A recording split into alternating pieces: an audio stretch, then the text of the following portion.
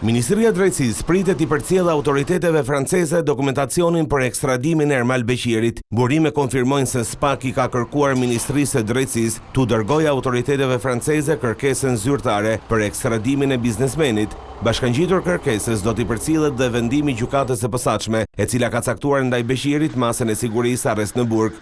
Deri tani dokumentacionet janë në fazën e përkthimit dhe më pas do të dërgohen pranë autoriteteve franceze. Por paralelisht me procedurën e ekstradimit, autoritetet franceze kanë nisur verifikimet dhe hetimet për pasurinë e Ermal Beqirit në Francë, me qëllim bllokimin dhe sekuestrimin e tyre.